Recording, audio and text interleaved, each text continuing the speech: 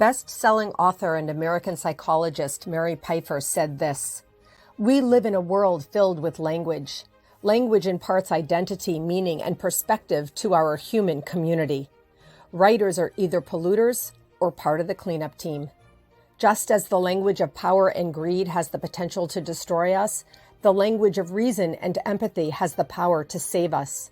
Writers can inspire a kinder, fairer, more beautiful world, or invite selfishness, stereotyping, and violence. Writers can unite people or divide them."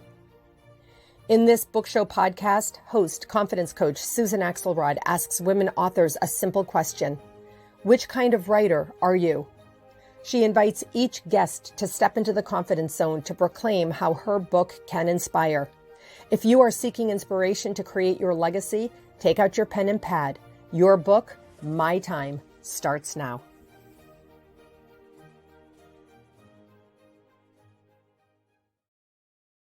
Hello, friends. Thank you for joining us for what is going to be a very important episode of this book show podcast. If you've listened to any of my podcast recordings in the past, you know that the reason I am doing this podcast is to give voice to authors who have something to say. Why?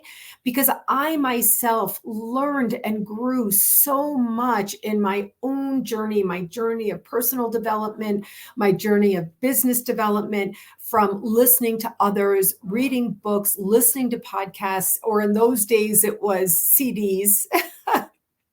And I am just simply delighted to be hosting and sponsoring this particular episode.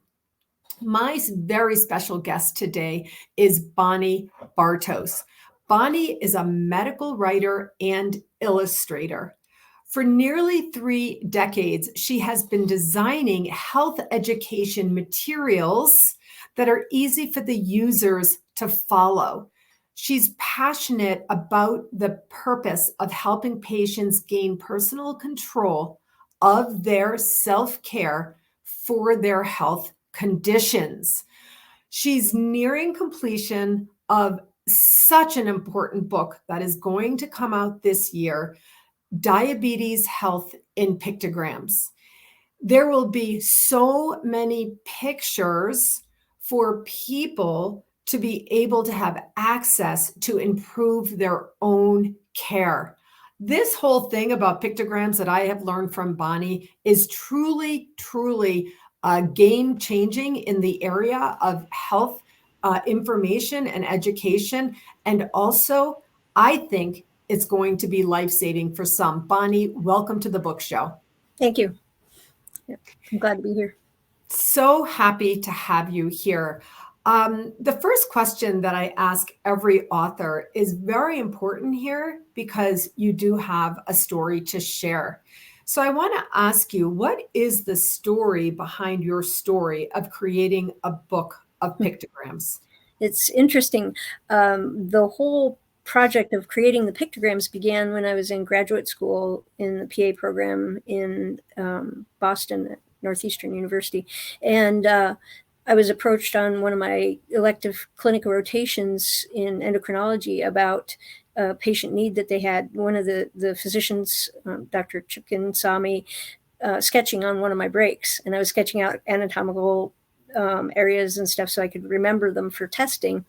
And he was looking at him and he said, "Hey, got a question for you." He said, "Could you draw some simple diabetes care instructions for us with just the basics? I just want as non-wordy as you can get. I just want primarily images."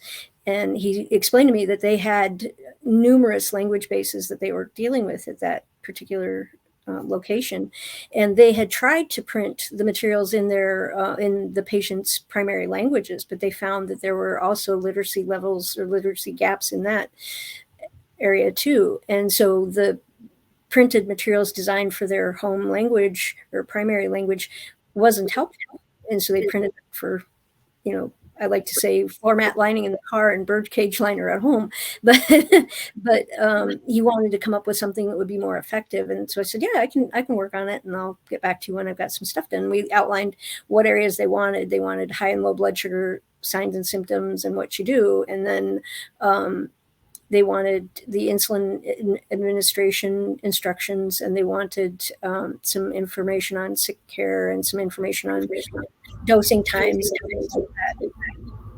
And so I went to work and I drew out several, I think I drew out a total of 10 or more pictograms for them, and they loved them, and they used them for many, many years. And it was great. It was a lot of fun. And oh my gosh.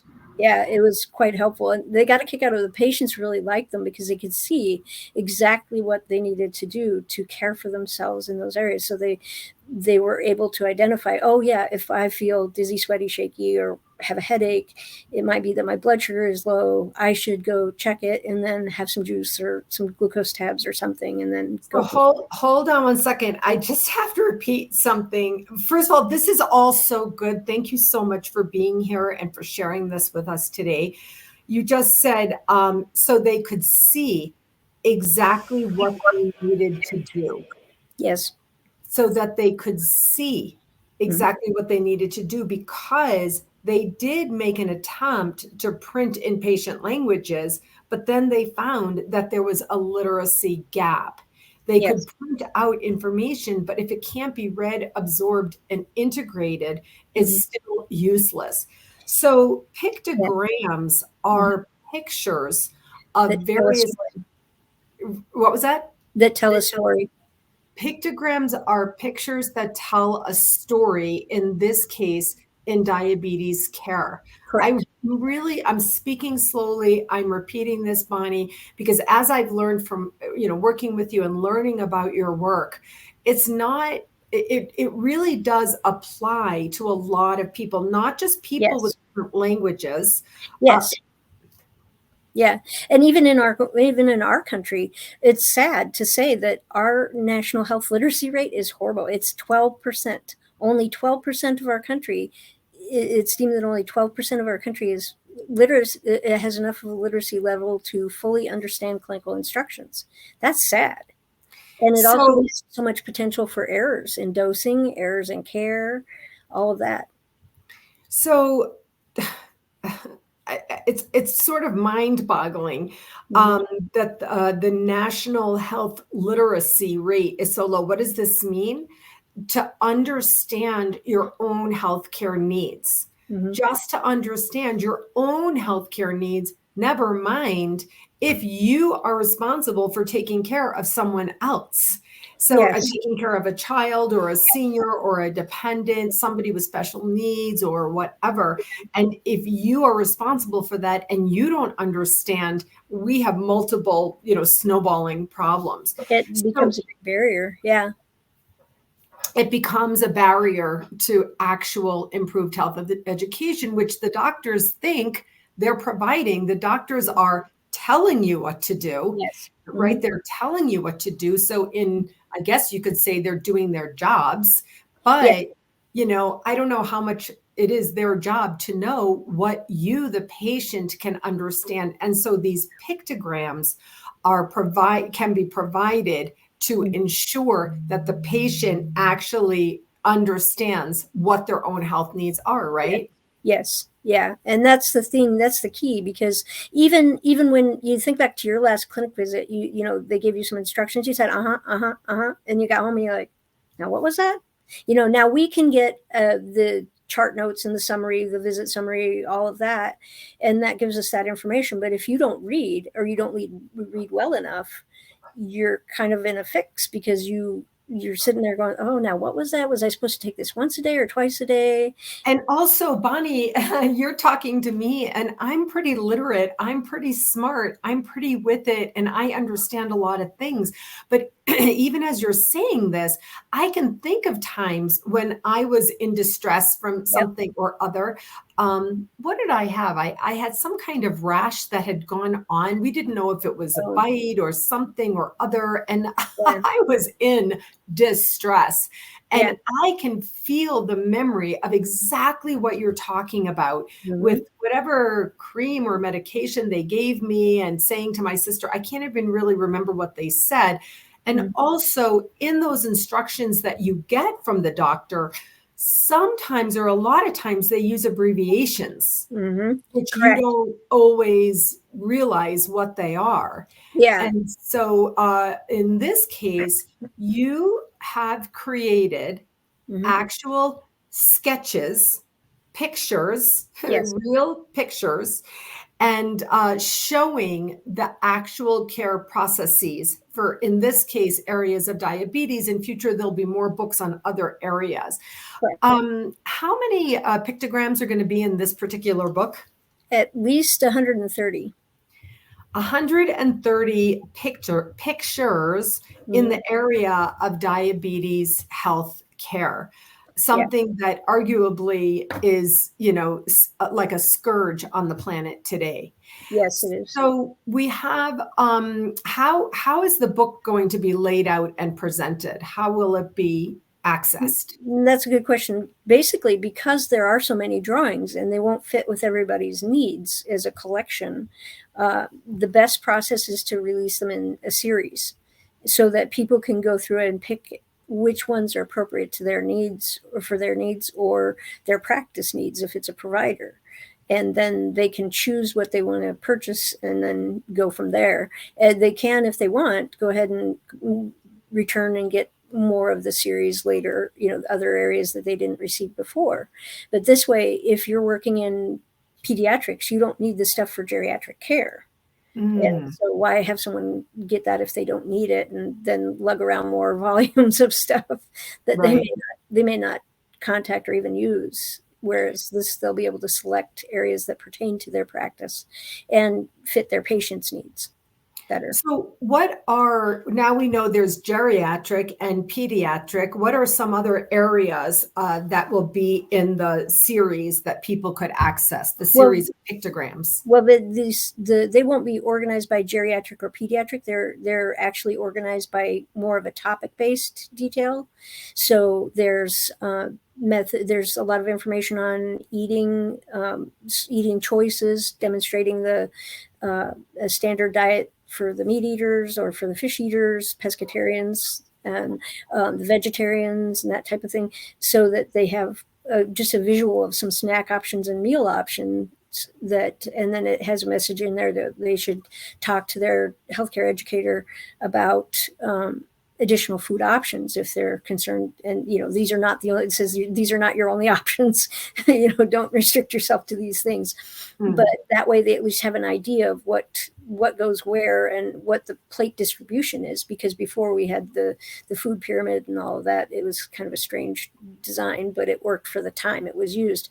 So and for anybody who doesn't realize the impact of eating on diabetes, it's sort of foundational, it's sort of so basic. But again, if you don't speak the language, if you have a literacy problem, if you don't really understand the interplay of what you're eating, what you're taking in, and how it affects your system, then things could go terribly wrong. Definitely. Yeah. And that's one of the reasons that's the first in the collection of material.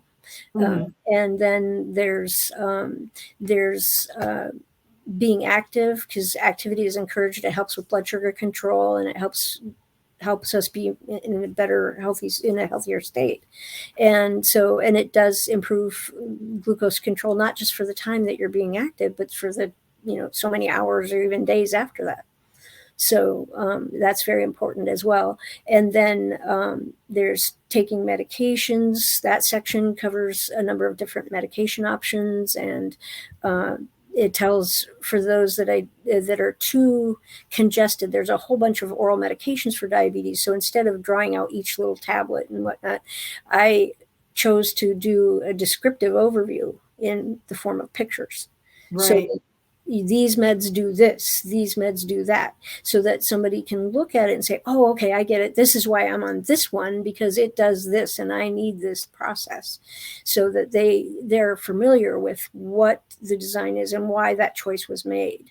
And then they have more power over their care too, because then they know what they're doing and what medication they're using and why. Because ordinarily most people, they get the prescription, they walk out, or they get it's nowadays most of the time it's sent to the pharmacy. They walk over to the pharmacy and the pharmacist says, oh, you're on this medication, da da da da da da, and you go, Once again, it's that same situation. I love these words. I wrote them down. I'm looking down because I'm writing. I always write notes when I'm learning from my authors. Power over my care. Yeah. And when you get diagnosed with diabetes or anything really, the thing that happens is powerlessness. Correct. It's powerless. You feel powerless over your body and over your health, right? Yeah, that's correct. And I'm an info person. I love to read more stuff, and I've got numerous areas of interest in healthcare and in arts and all of that. And so to me, when I was diagnosed with diabetes, it was frustrating. I was diagnosed at age 11. And so I've had it for quite some time. And it's kind of funny. I laugh about it now, but at that time, the only 2 books that were available in the small town I grew up in were older than I was. Oh, wow. Those were the only info resources initially. And then when I went down to a class in Seattle.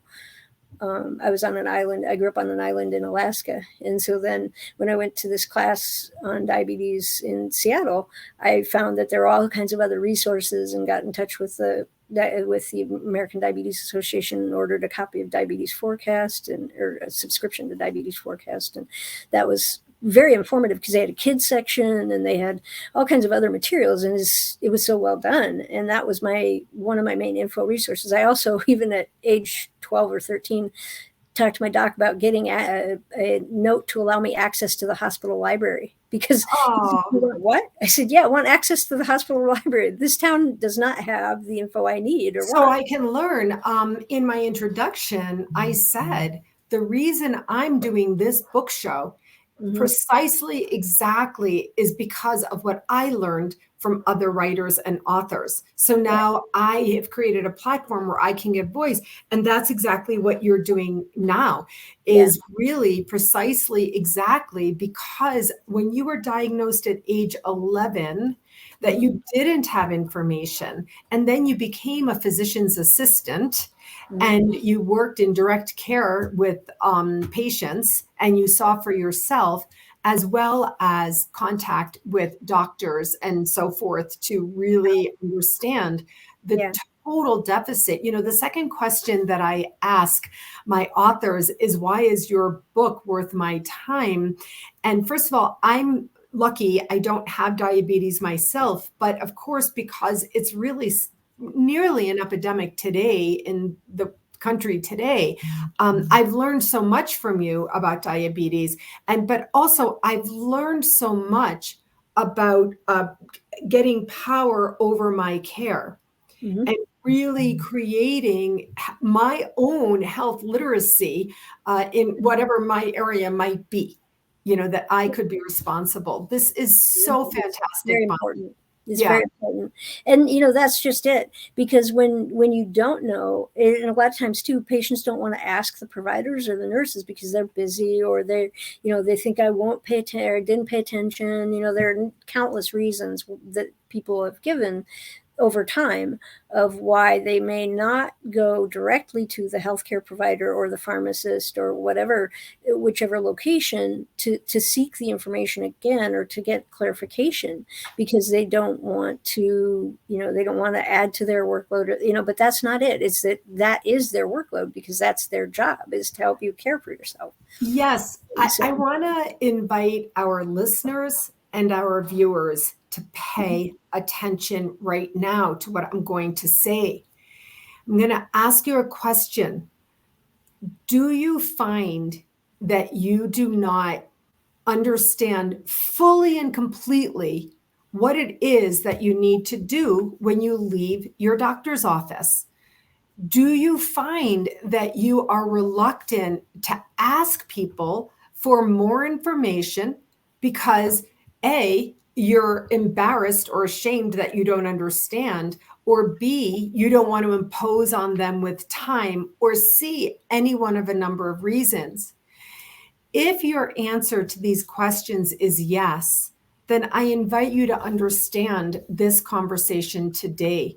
Bonnie Bartos has spent nearly a lifetime, not exactly a lifetime, but decades, creating and refining these pictograms, right? A story Yes. in pictures Yeah. for your improved health in the area of diabetes. Bonnie, this is so fantastic. I just want to, we're not done yet, but I just want to invite you right now in the middle of our broadcast to say, how can people contact you? You can contact me by email or by LinkedIn, preferably by LinkedIn. Connect with me there. Just Okay. type in my name and search for me, and I'll come up, and then Good. contact me. And what is your email? My email is B as in boy, Artos 907AK, so alphabet kangaroo, at gmail.com.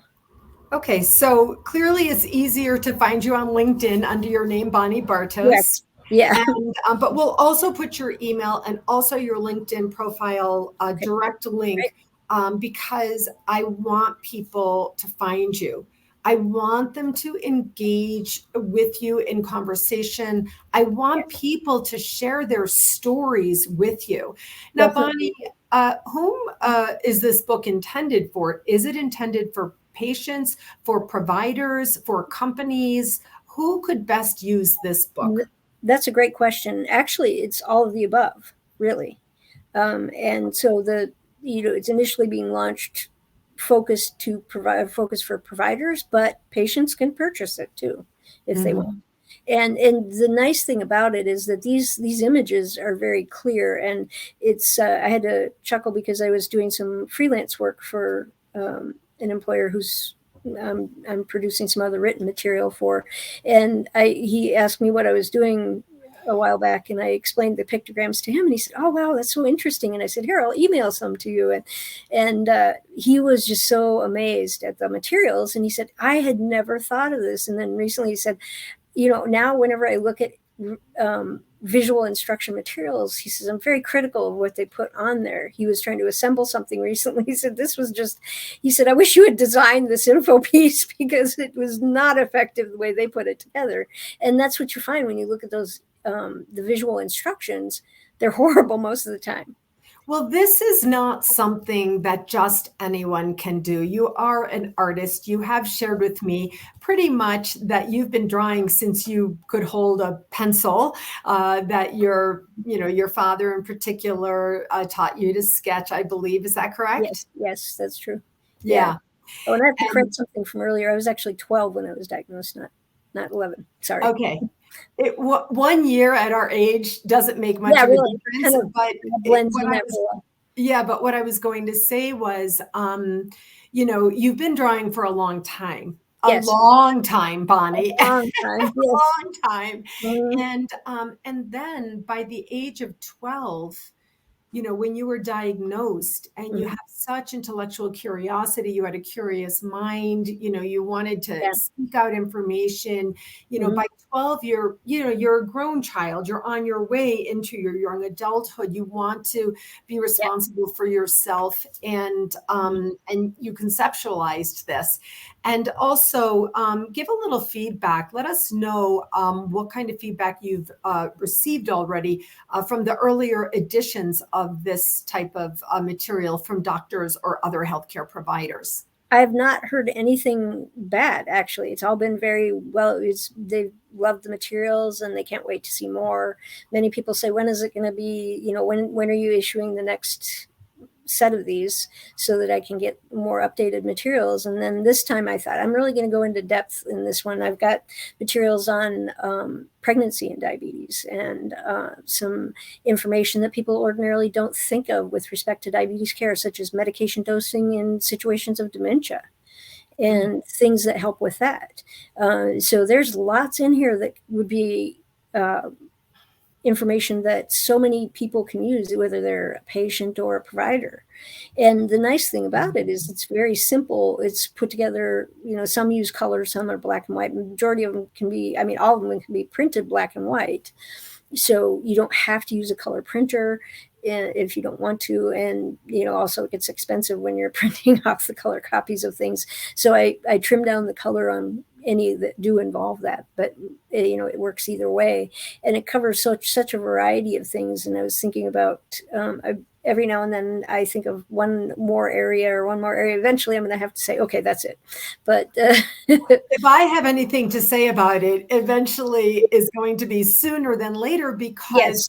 As I've mentioned to you many times, this is the first edition that is going to be coming out this year, available to providers, available to patients themselves. And we need to get this available to them. And then you're going to start to get feedback as well. And then you'll have more reason to do another edition. What I like about this is the authenticity factor. You are a person with diabetes. You have learned, first of all, you're also a trained medical professional, but you also personally have diabetes. And so you really know the processes involved. You really know, what to pay attention to, the eating, the activity, etc. And this is what makes this book really kind of profoundly viable and verifiable. Definitely. Yeah. And one of the sections that I'm most proud of in this series is the one on mental health issues, because that is, I had one page insert set on the other one, on one of the last ones, and then, or the previous one, and then it became a 2-page set. But I thought there's more that needs to be covered here. And so this time it's going to be the primary section of that is going to be 4 pages, but it covers everything with respect to signs and symptoms of mental health issues, depression, anxiety, that type of thing, and what to do. So it has the contact info, all the different contact info pieces for reaching the emergency line, the crisis line. And so I think that's very important, because then it's another area where that information can be addressed. So just to be clear, in this book on diabetes care, there is a mental health section that you have expanded on from other iterations of this work, because of the mental health issues connected to people with diabetes? Well, not necessarily just diabetes. Chronic illness is frequently paired with mental health strains because of the fact of all the demands of the illness on the person's time and care and energy. And then that, a lot of times they think, I should be spending more time with family, or I should be doing this, I should be doing that. And so they weigh all of those things, and they, that contributes to that feeling, well, I'm not measuring up, or I'm not, I've got all these other things going on and I wish I didn't, and da da da da. So basically addressing those and bringing it to the forefront, saying we know that these are things that can occur with chronic illness, especially with diabetes, because of the time demands on it for personal care. I see. Right. That makes perfect sense. And mental health concerns are an issue of personal interest to me because of, everything that lies under the surface and everything that it could lead to. I love that you've included an expanded section on mental health issues inside the Diabetes Health and Pictograms book. Now, finally, before we end, I want to ask you, how will this book be able to be accessed when it's ready? First, you can, I will be launching it on a website, my website, but that's still in the process of getting that redesigned. And so until then, people can reach me through either my email or through LinkedIn, preferably through LinkedIn, because then I can connect with you and address what areas you may have questions about, or what other health topics you may have questions about. I've done some pictograms for other health issues as well, and I'm going to be issuing new versions of those later on. But that way, people, if they have a certain question or need, let me know. So great. So there certainly there will be a fee for the book. You'll pay for the book. You'll be able to go to the website. You'll be able to download the book for your own use. correct. And if you're a healthcare provider, you'll be able to, access it for your patients. Yes. But it sounds like right now the important thing is we need you to connect with Bonnie Bartos on LinkedIn. Yes. She is a medical writer and illustrator. She has done extensive work in the area of diabetes care from her own experience with the disease. And she also has many pictograms in other health areas as well. And she does want to hear from you. I cannot say how much, Bonnie, I myself have learned from our conversations, understanding this area of, again, personally speaking, I wouldn't call myself having a problem with healthcare literacy, but No. as I've learned from you, even I, sitting there in the doctor's office, do suffer a little bit, and even I would greatly benefit from health in pictograms. I want to thank you so much for joining me today, and we'll be doing another show when the book is published to let viewers and listeners know it's ready. But in the meantime, friends, connect with Bonnie on LinkedIn. Thank you, Bonnie. Thank you for having me. It was great. Thank you.